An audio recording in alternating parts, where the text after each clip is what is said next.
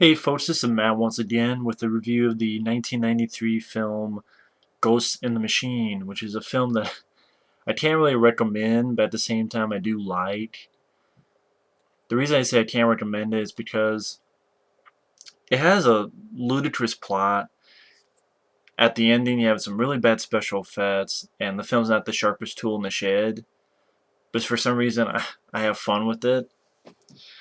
But it was a film directed by Rachel Talalay, who before this had directed Freddy's Day the Final Nightmare, and after this had directed Tank Girl.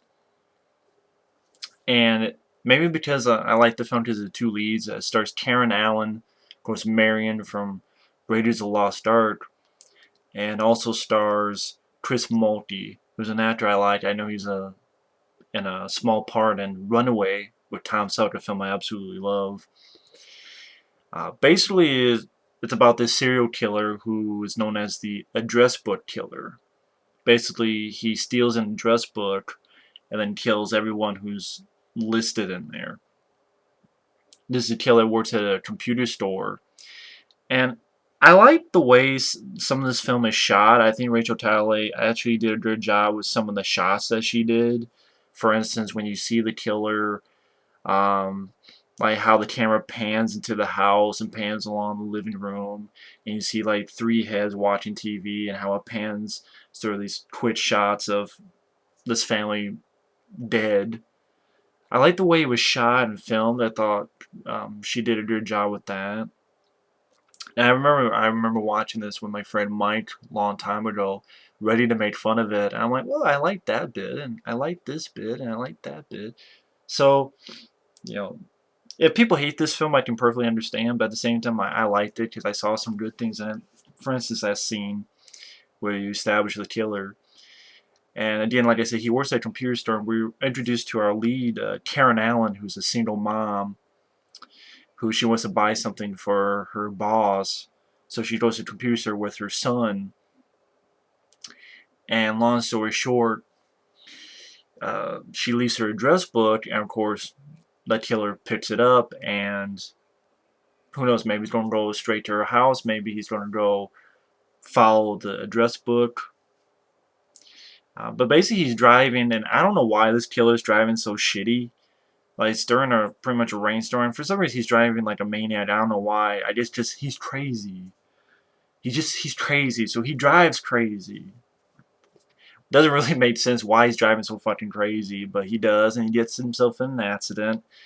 And but I like the way it was filmed, like the emergency room, sort of from his point of view. Getting into the ambulance and getting into the. I like the point of view shot. And when I was talking about ludicrous plot, this is the ludicrous. It kind of reminds me of Shocker, but I like Shocker a lot more than this film. I like this film, but I like Shocker a lot more. But basically, he's placed in an MRI machine. It's during a electrical storm, and basically there's this surge that happens, and the guy dies, but his soul is transferred into the computer. Especially the computer that's sort of um, like they get the MRI and all their information from this computer network, and so the killer's mind and his soul basically gets into the computer. Hence, Ghost in the Machine with this poster that I don't know, maybe people recognize seeing this in the video stores.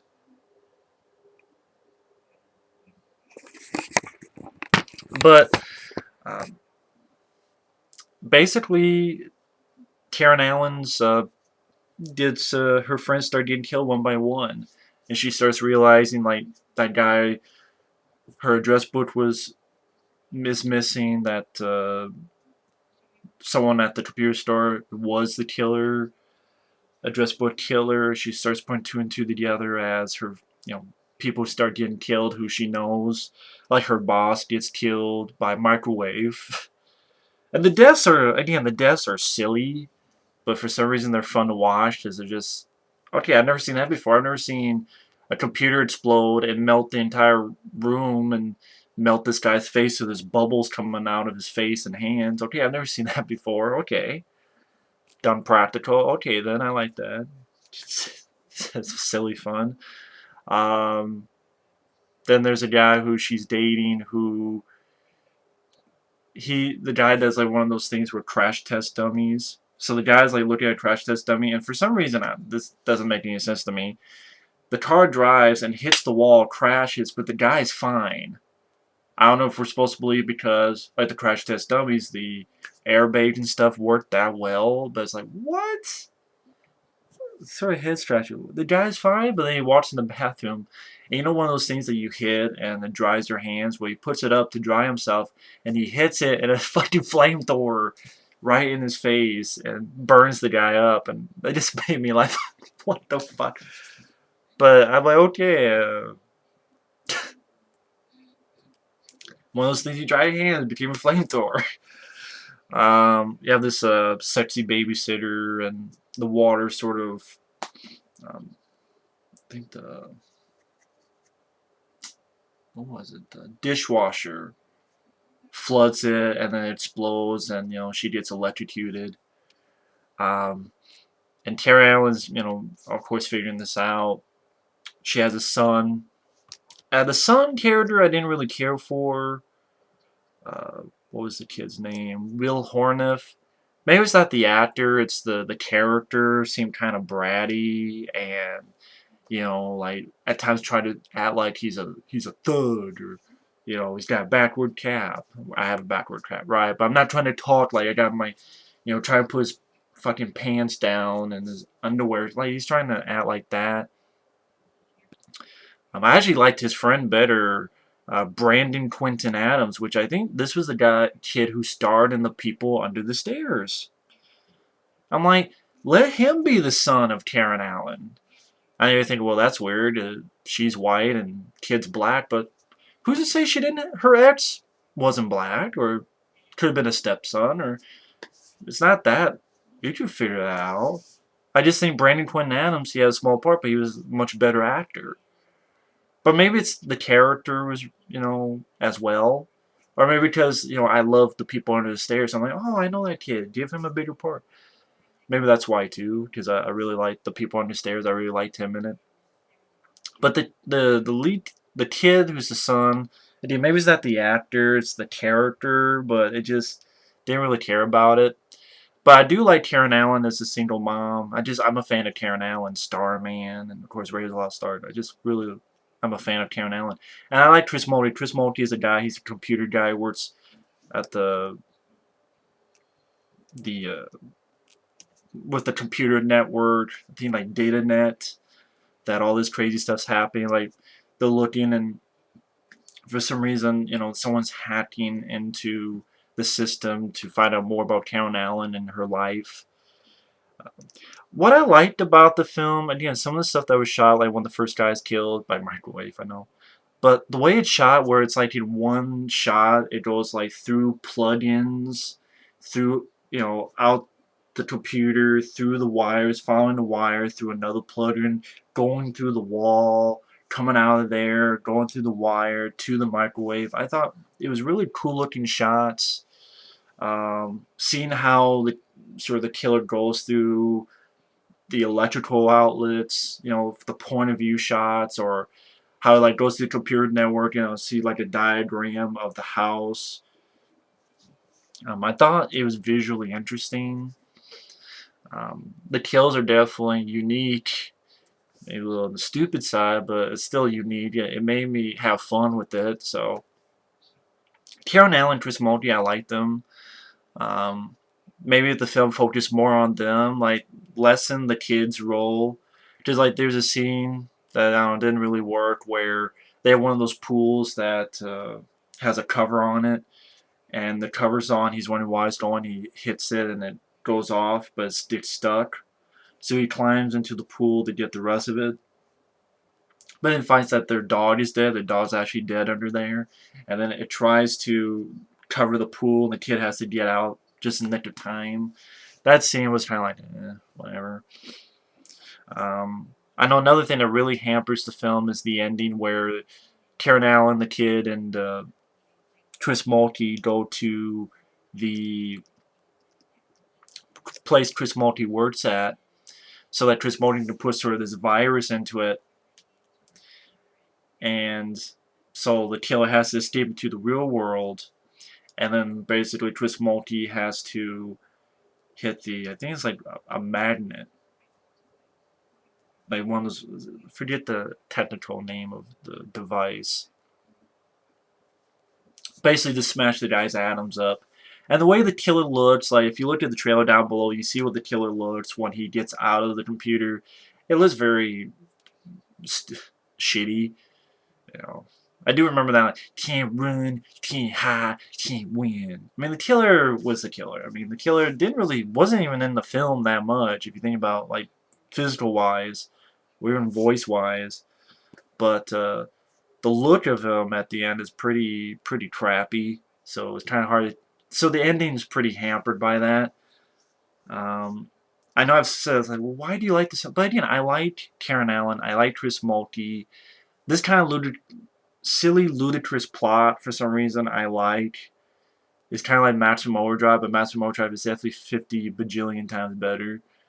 Or Shocker is a crazy plot, and but I like that one a lot better too. It's like sometimes these crazy plots just I have fun with. It's like even the X-Files have an episode, I think the first season, called Ghost in the Machine, about, a killer AI computer, and that's considered one of the worst X-Files episodes, but I still enjoy that one too. So this kind of plot, this is during the 90s where it's killer computer virtuality, so you had like Lawnmower Man and stuff like that.